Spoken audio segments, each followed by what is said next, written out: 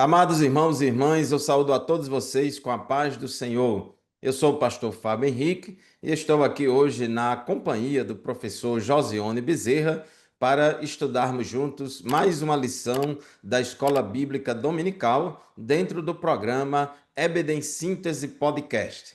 O EBD em Síntese Podcast é um programa de responsabilidade do DENEC, Departamento de Ensino e Educação Cristã da Assembleia de Deus no estado do Rio Grande do Norte.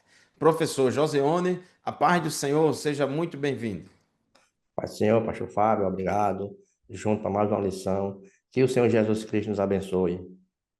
Amém, professor. Meus irmãos, hoje nós vamos estudar a lição de número 8, lição esta que será estudada presencialmente em nossas salas de aula no dia 24 de agosto de 2025. A lição 8 tem como título Uma Igreja que Enfrenta os Seus Problemas. O texto áureo da nossa lição de hoje se encontra em Atos dos Apóstolos, capítulo 6, versículo 3, que diz assim: Escolhei, pois, irmãos, dentre vós, 7 varões de boa reputação, cheios do Espírito Santo e de sabedoria, aos quais constituamos sobre este importante negócio.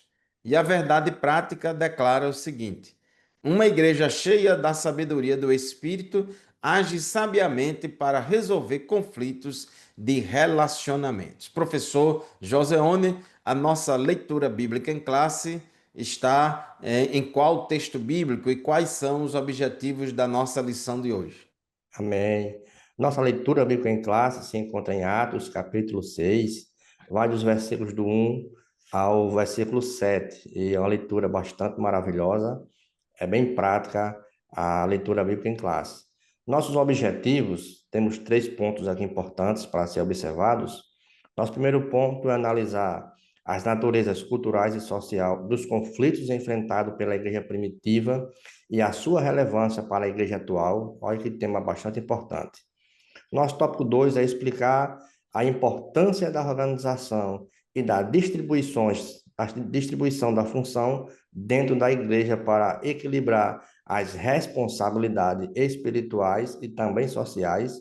E nosso tópico 3 é aplicar os princípios básicos do caráter, sabedoria e serviço da vida cristã na vida atual do nosso ministério, né? O ministerial. Bastante importante esses objetivos a ser abordados em sala de aula.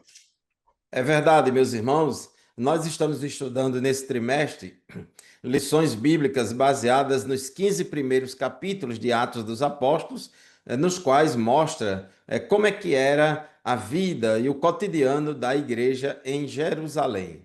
A igreja em Jerusalém era composta basicamente por judeus que se converteram ao evangelho, e a igreja cresceu rapidamente.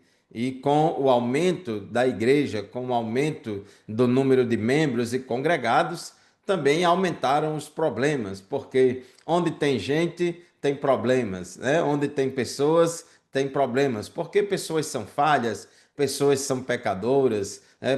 Pessoas na convivência do dia a dia, né? Manifestam ali as dificuldades e problemas de relacionamentos, mas os problemas surgem e devem ser enfrentados com graça, com sabedoria do Espírito Santo para serem resolvidos. E ali, na igreja de Jerusalém, é importante, temos estudado e estamos estudando várias virtudes e várias qualidades da igreja de Jerusalém. No entanto, não era uma igreja perfeita, como nenhuma igreja local é perfeita.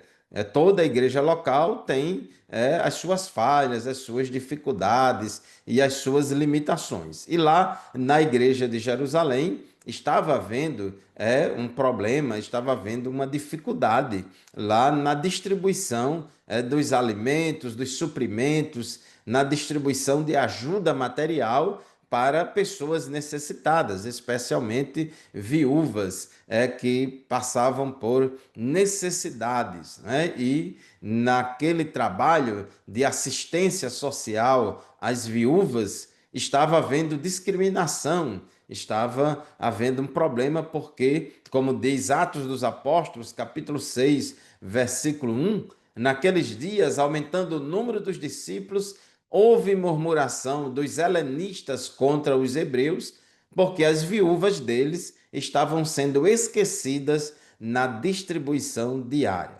Professor Joseone, este era o problema que estava acontecendo naquela igreja e os apóstolos, né, como lideranças da igreja, os apóstolos, como as lideranças maiores da igreja, tinham que resolver aquele problema e que direcionamento foi dado para a resolução desse problema. Isso mesmo, pastor Fábio.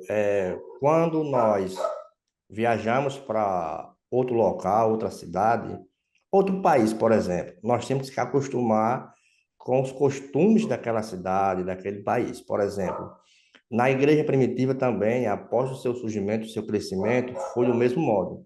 Os judeus, que eram nativos da Palestina, ali os hebreus, né, falando hebraico, aramaico, apegado ali às tradições judaicas, ao culto ao templo. Aí vem ali alguns helenistas, que eram judeus da diáspora, espalhados ali por todo o Império Romano, falando grego e influenciado por uma cultura diferente helenística, né? E por isso surgiu alguns conflitos de fato do seu idioma, que era notório.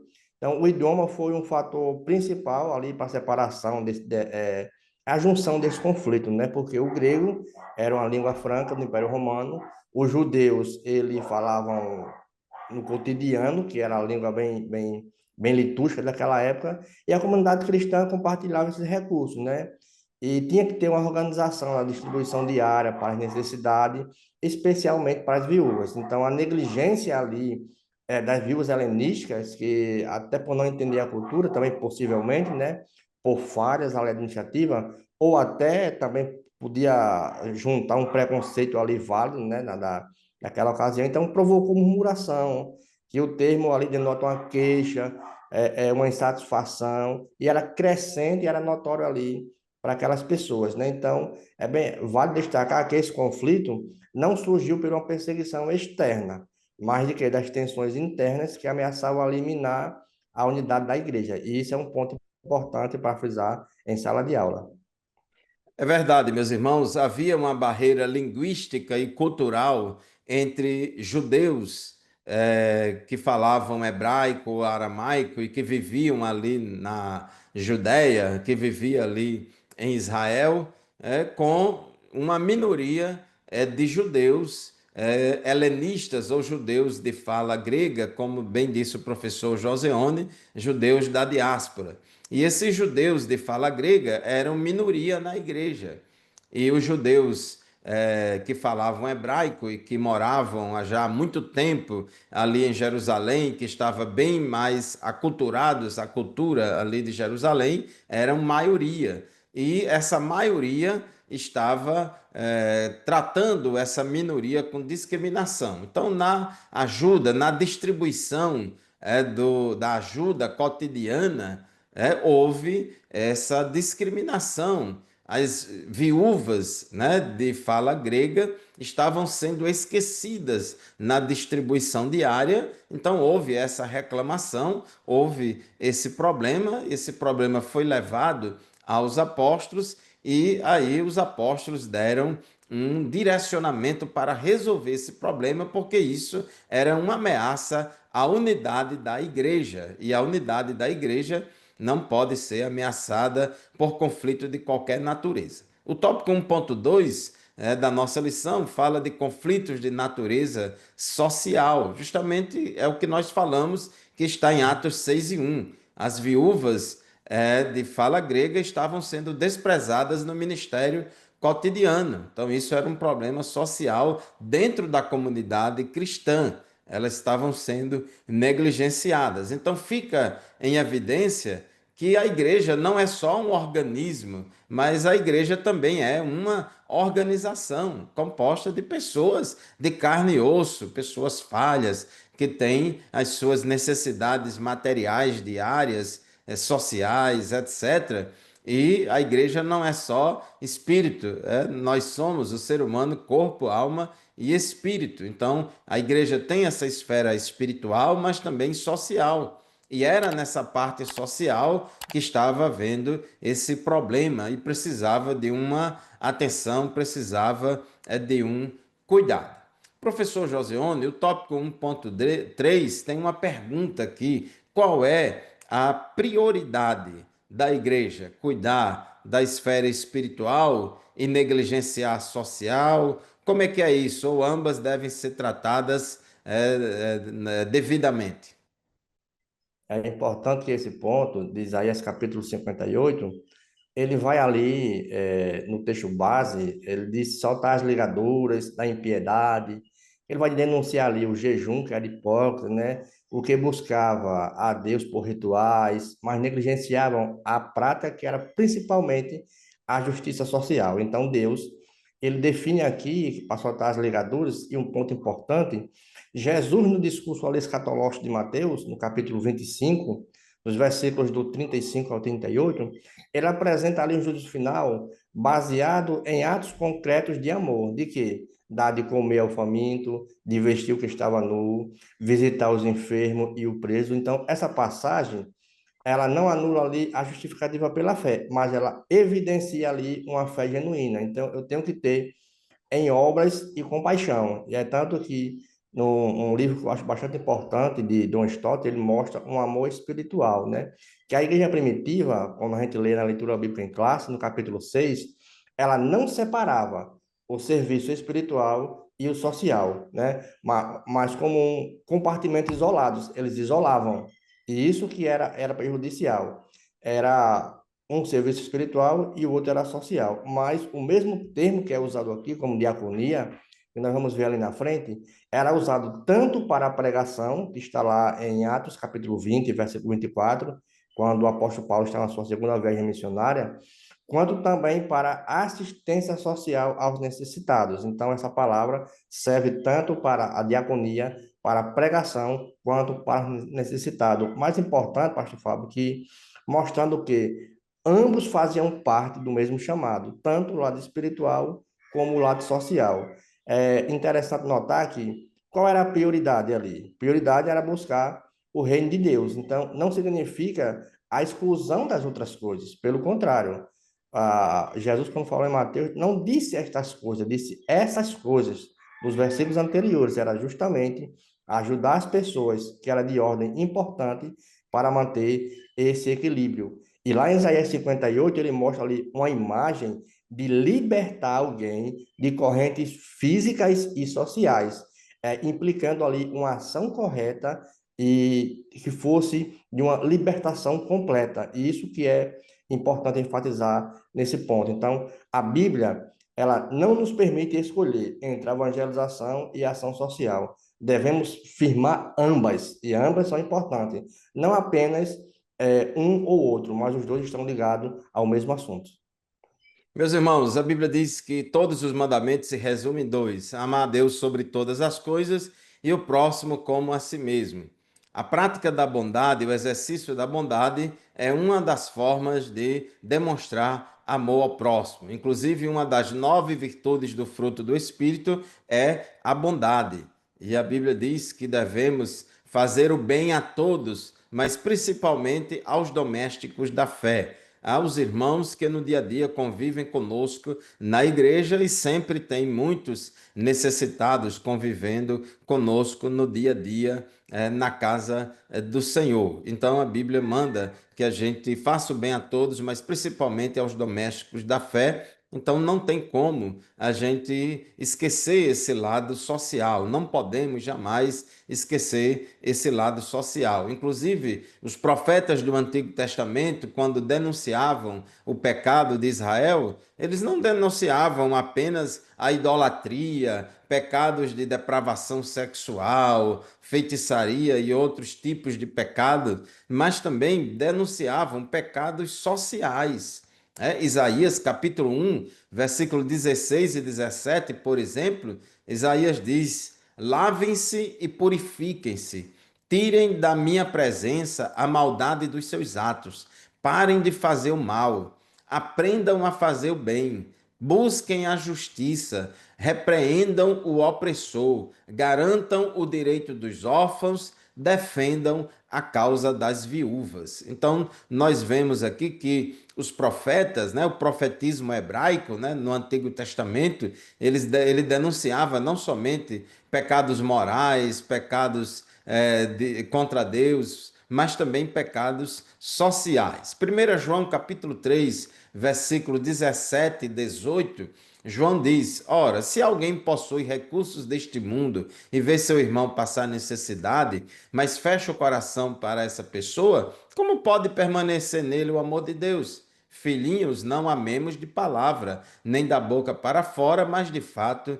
e de verdade. A igreja de Jerusalém estava preocupada com a assistência social das viúvas, de pessoas necessitadas. Naquela época não tinha pensão do Estado, as viúvas não tinham nenhum amparo social do Estado, de instituição nenhuma, mas a igreja tinha a obrigação, como também a gente vê lá em 1 Timóteo, capítulo 5, Paulo orientando Timóteo a fazer esse trabalho regular na igreja de assistência social às viúvas. E lá em Jerusalém havia essa necessidade, e a igreja tinha esse trabalho organizado, esse departamento de assistência social, porém, na execução das tarefas, no dia a dia, as viúvas de fala grega estavam sendo esquecidas, negligenciadas em favor daquelas viúvas, né, de fala hebraica. Então nós vemos aí, professor Joseone,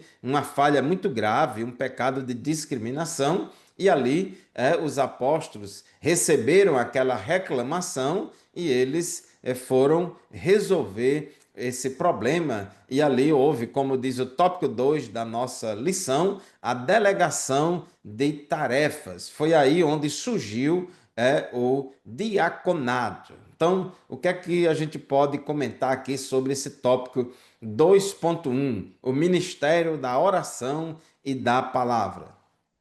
Importante, pastor Fábio, essa definição, essa delegação de tarefas, porque a adoração e a justiça social, elas não competem, né? São face da mesma moeda, segundo Miqueias 6:8, ele diz o seguinte: Ele te declarou, ó homem, o que é bom, o que é que o Senhor pede de ti? Que pratiques a justiça, ames a misericórdia e andes humildemente com Deus. Olha só, então eles não se competem. Então isso era um mandamento velado ali do profeta Miqueias. E a delegação foi importante, pastor Fábio, justamente para que eles perseverassem na oração e no ministério da palavra. Após essa crise que é mencionada aí na leitura bíblica em classe, como a gente bem frisou no tópico 1, os apóstolos identificaram que a negligência das viúvas helenísticas era um problema muito sério, né? Até parte da discriminação, como o senhor citou. Mas eles não podiam resolver abandonando a função principal, que era a oração, o ensino da palavra e a aplicação da palavra. Então, segundo ali, no contexto do mundo judaico, os rabinos mestres da lei, eles dedicavam intensamente aos estudos, né, que isso era bastante importante, e eles negligenciavam algumas práticas, né? E quando o cristianismo ele ingressou no século I, ele introduziu ali a oração contínua como parte central de um ministério pastoral. Mais interessante é que o termo que eles usam aqui, para perseverar, é quase o mesmo termo usado para oração, que é proskeneteron, que é uma dedicação constante, persistente e prioritária. Então, Lucas, ele havia usado esse verbo para descrever o quê? Uma comunhão totalmente entre os crentes pentecostais, principalmente no primeiro século, mostrando que a oração quanto à instrução eram pilares inegociáveis ali na vida cristã. E por isso, os apóstolos, eles não negligenciaram o ministério social, mas houve ali uma prática, um reconhecimento, uma vocação primária, que era a oração, né? Para que a igreja não perdesse o seu fundamento espiritual. Tinha que cuidar das viúvas, mas também tinha que ter um cuidado de manter a prioridade da oração e da palavra. E os apóstolos, eles perseveravam a missão central da igreja, evitando o quê? as demandas imediatas consumissem ali todo o tempo dos apóstolos. Então, a delegação foi necessária para o crescimento, principalmente, que era grande, não prejudicasse a saúde espiritual da comunidade. E esse ponto, pastor Fábio, ele é importante por quê? Porque ali ele tem que ter ali um equilíbrio ministerial. A igreja não pode ser apenas assistencial ou apenas devocional. Então, ambas, ela têm a mesma dimensão e fazem parte da mesma missão integral. Então, a delegação saudável ali, os líderes espirituais, hoje também devem focar na vocação primária, sem ignorar as outras necessidades para que isso seja necessário. Delegar homens de oração, homens que sejam comprometidos com a palavra, para que tenham eficácia, tanto do lado espiritual como do lado social. E isso é um ponto importante, viu? Meus irmãos, para fazer a obra de Deus com eficiência, a igreja tem recebido de Deus dons espirituais e ministeriais, que são capacitações divinas para o serviço cristão.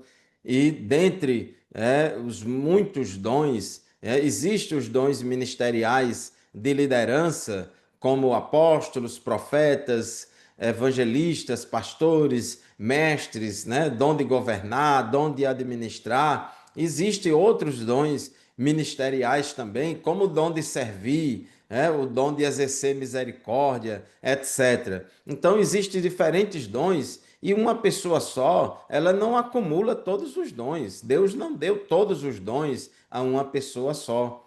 Uma pessoa pode ter mais de um dom ministerial, mas não tem todos. Então, os apóstolos eram lideranças da igreja, pessoas que receberam dons ministeriais de liderança, mas ninguém consegue fazer tudo sozinho. Tem que haver distribuição de tarefas, até mesmo porque há uma distribuição de dons na igreja. Então, quando chegou essa reclamação aos apóstolos, então diz o texto de Atos 6 e 2 em diante assim: então os 12 convocaram a comunidade dos discípulos e disseram: não é correto que nós abandonemos a palavra de Deus para servir às mesas. Aqui os apóstolos estão reconhecendo que o chamado deles é para liderar a igreja, é para a oração, para o ministério da palavra. Então, eles, pessoalmente, não tinham condição de acumular mais esta outra função de servir as mesas, não podia mais acumular, não podia acumular a função da diaconia, que é servir aos necessitados da igreja. Aí o versículo 3 diz: por isso, irmãos, escolham entre vocês 7 homens de boa reputação, cheios do espírito e de sabedoria, para os encarregarmos deste serviço. Então, os apóstolos deram um encaminhamento, que era a escolha dos diáconos. Eles estabeleceram ali o ministério da diaconia. E no versículo 4 ele diz: quanto a nós, nos consagraremos à oração e ao ministério da palavra. Então, os apóstolos, eles pessoalmente não tinham como exercer esse trabalho da diaconia com eficiência, ao mesmo tempo exercer com eficiência o ministério da oração e da palavra. No entanto, como líderes da igreja, eles deram o direcionamento para que se escolhesse 7 homens, 7 pessoas, 7 obreiros, com determinados pré-requisitos exigidos ali naquela relação, para que eles cuidassem deste importante negócio. Diz aqui o nosso comentarista: se a igreja ora e prega, mas não cuida dos necessitados, ela falha em sua missão. Da mesma forma, se a igreja se torna apenas um centro social, negligenciando a oração e a pregação, ela perde a sua essência, deixa de ser igreja de Cristo e, por isso, também falha em sua missão. Então, pessoalmente, os apóstolos não tinham essa chamada, essa vocação para a diaconia, porém, eles não proibiram, a diaconia, pelo contrário, eles instituíram a diaconia na igreja, esse trabalho oficial da igreja, uma espécie de departamento de assistência social com pessoas responsáveis para tratar deste importante negócio. Como diz o tópico 2.3, professor Joseone, Atos 6 e 3, na tradução Almeida, Revista e Corrigida, né, como ele diz, para tratar deste importante negócio. Então, essa tarefa da diaconia, da ajuda aos necessitados, isto exige mão de obra, exige tempo, tem que ser feito por pessoas que tenham tempo, tenham habilidade, tenham habilidade. Então, tem pessoas que recebem de Deus dons ministeriais, o dom de servir. O dom de servir, e na tradução Almeida Revista e Corrigida, fala de ministério, né? Se é ministério, então seja em ministrar. O ministério ali é servir, ali é diaconia. É isso aqui que aconteceu na igreja de Jerusalém em Atos 6. É servir, o serviço material da igreja. Então, professor Joseone, a gente vê que a diaconia surgiu como um departamento oficial de assistência social da igreja, ali na igreja de Jerusalém, e a gente percebe também que isso se estendeu a outras igrejas. Nós vemos nas cartas de Paulo trabalho de assistência social, de cuidar dos necessitados. A gente vê em 1 Timóteo 5 toda uma lista de critérios para que as viúvas pudessem ser alistadas no trabalho de recebimento de ajuda social da igreja. Isso, pastor Fábio. E o bom lembrar, para os dias atuais, né? Como o senhor frisou bem, existem vários dons para que aquelas pessoas que gostam de acumular muitos cargos na igreja, geralmente deixa a não fazer direito o seu trabalho, né? E aqui ele disse, olha, nós não podemos deixar de servir a mesa, então vamos ali repartir, que o termo diaconia no presente texto aqui de Atos 6 e 3, deriva de um verbo maravilhoso que é servir, ministrar, né? Que no Novo Testamento está ligado ao cuidado prático, à ajuda, ao suprimento ao necessitado e até mesmo ministrar a palavra, como está escrito lá em 1 Pedro, capítulo 4, dos versos 10 ao 11, que o comentário já citou aí, que é servir uns aos outros, cada um conforme o dom, olha só, que recebeu, como os bons despenseiros da multiforme graça de Deus. O mais importante, pastor Fábio, que o parecer dos apóstolos naquele momento foi constituir pessoas o quê? Totalmente habilitadas, mas que tivesse aquela importância de servir, porque não apenas uma função assistencialista, como a gente chama, mas um ministério espiritual no sentido integral. Enquanto os apóstolos ministravam, né, eles ali tinham esse cuidado, esses homens tinham uma boa reputação, cheio do Espírito Santo, cheio de sabedoria, e não era dado até a muita bebida. Então, a função dos sete não se limitava apenas a tarefas mecânicas, como a gente chama hoje no tradicional, mas envolvia ali um discernimento espiritual e a capacidade, pastor Fábio, de liderança, pois eles tratavam conforme a comunidade mais necessitada. Então, a função, mediante o social e o espiritual já era garantido, era a justiça, protegendo o testemunho público da igreja, e o principal ponto era esse, que tinha que dar testemunho para os que estavam de fora. Então, tinha uma valorização ali do serviço prático, porque a igreja deve ser, no ministério, serviço tão importante quanto o espiritual da pregação. E esses sete homens, com funções ali administrativas, que isso é importante na igreja, que o cuidado precisam ali de pessoas preparadas, pessoas com maturidade espiritual, porque a diaconia, no meu ponto de vista, assim, forma mais concreta de servir, é uma expressão concreta do amor de Deus e da comunhão do corpo de Cristo, que é a igreja, que é de servir a igreja. Então, é uma missão integral. Meus irmãos, o diaconato foi fundado e criado na igreja de Jerusalém pelos apóstolos, não foi para distribuir cargos a pessoas que tinham necessidade de ter cargos. O diaconato não é criado pela igreja e não existe pela igreja atualmente para poder dar cadeira para as pessoas sentarem no púlpito.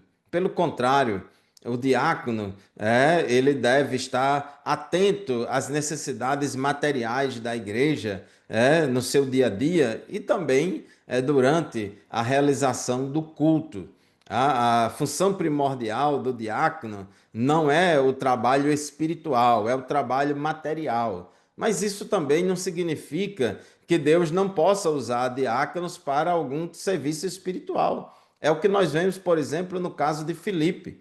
Observe, irmãos, que foram nomeados, foram escolhidos sete pessoas lá para o diaconato, como Estevão, homem cheio de fé e do Espírito Santo, Filipe, Prócoro, Nicanor, Timão, Pármenas e Nicolau, prosélito de Antioquia. Esses sete varões foram escolhidos, mas a gente vê ali Estevão, um grande pregador da palavra de Deus, ali em Atos capítulo 7, pregando aos judeus, disputando ali nas sinagogas, foi o primeiro mártir ali da igreja. A gente vê Filipe, que era diácono, foi quem desbravou a pregação do evangelho ali em Samaria, ganhando muitas almas para Jesus, ele sendo usado ali como evangelista, ganhando almas, fazendo milagres, mas era diácono da igreja. Então, a diaconia é um trabalho material, mas não significa que Deus não possa também usar um diácono num trabalho espiritual. Então, isso é muito importante que a gente entenda. E o diaconato não foi criado para dar cargo às pessoas. Às vezes, tem instituições eclesiásticas que se criam muitos cargos, muitos nomes só para constar, nome por nome, cargo por cargo, mas as pessoas não fazem nada, não serve para nada aquilo, é só para dizer que tem aquele cargo.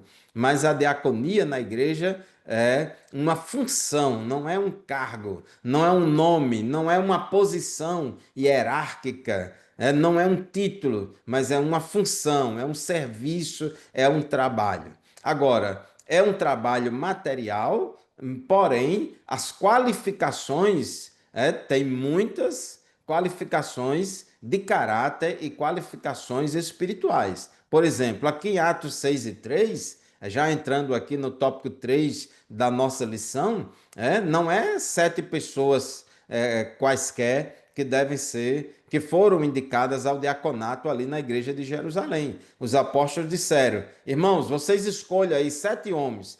Houve até uma descentralização na escolha, até uma certa democratização aí na escolha. Os apóstolos não quiseram escolher os sete nomes, deixou que a comunidade, que a igreja escolhesse, porém, a igreja tinha que escolher pessoas que passassem por determinados critérios, tinha que cumprir determinados pré-requisitos ou qualificações estabelecidas ali pelos apóstolos, quais sejam boa reputação, cheio do Espírito Santo, cheio de sabedoria, para poder trabalhar nesse ministério. Então, as pessoas tinham que ter várias características.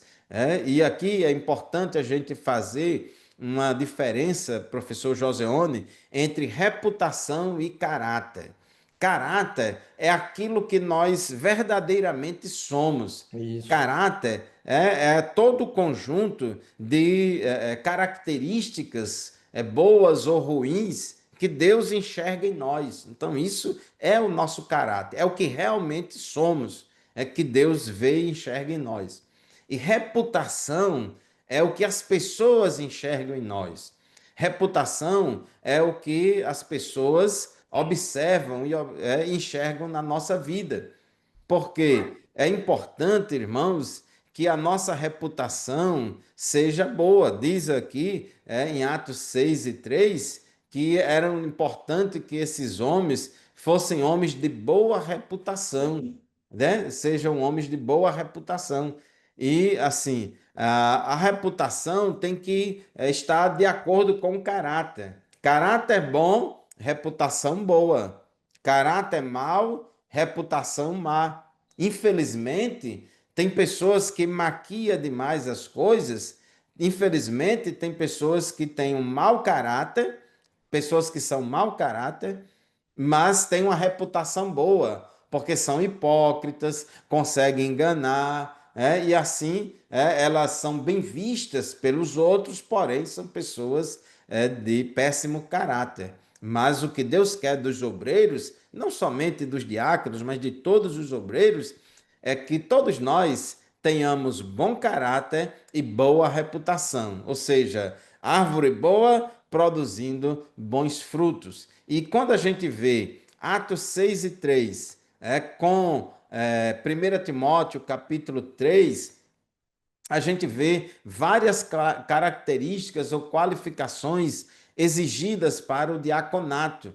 Né? Aquele que é diácono, que é chamado para a diaconia, tem que preencher pelo menos 9 pré-requisitos, quais sejam. Primeiro, irrepreensível. A pessoa tem que ser uma pessoa irrepreensível. Segundo, não dada ao vinho. Terceiro, não ambiciona lucro desonesto. Quarto, pessoa tem que ter boa reputação. Quinto, marido de uma só mulher. Sexto, lidera bem a sua família. Sétimo, tem que ser uma pessoa respeitável. Oito, de uma só palavra. E nona qualificação ou pré-requisito exigido do diácono é que ele primeiramente seja provado e achado irrepreensível. Então, professor Joseone, nós vemos aí que Deus chama pessoas para trabalhar na sua obra, mesmo que o trabalho seja mais de natureza material, porém exige qualificações espirituais e qualificações de caráter para poder exercer os dons. Isso mesmo, pastor Fábio. É interessante que a crise já estava instalada, né? Já tinha essa crise interna, e eles não tentaram só, vamos só resolver esse problema, não, pelo contrário.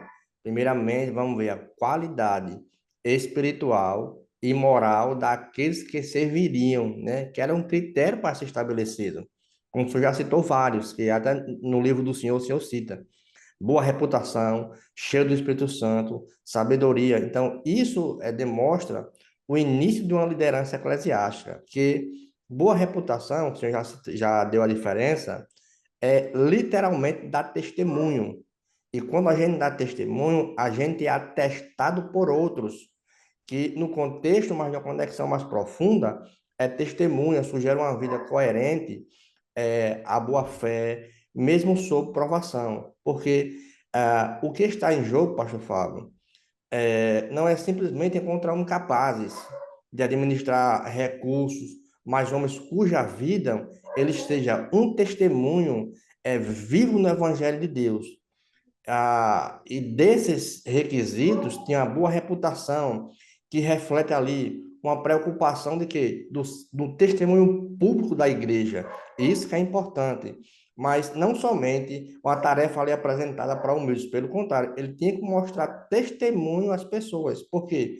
Porque na ênfase do caráter, antes do talento técnico, é uma advertência o quê? Atemporal para a igreja, porque nós precisamos desse comportamento, nós precisamos dar testemunho. Como o senhor citou, nosso caráter, ele pode ser bom ou pode ser ruim.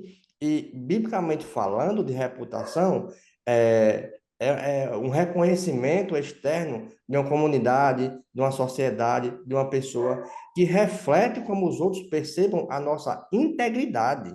E caráter, biblicamente falando, a essência moral e ética de uma pessoa. Aquilo que de fato é diante de Deus um reconhecimento que inclui o quê? A integridade, a honestidade, a coerência entre crenças e outras ações. E existem vários textos aí, 1 Samuel, capítulo 16, verso 7, quando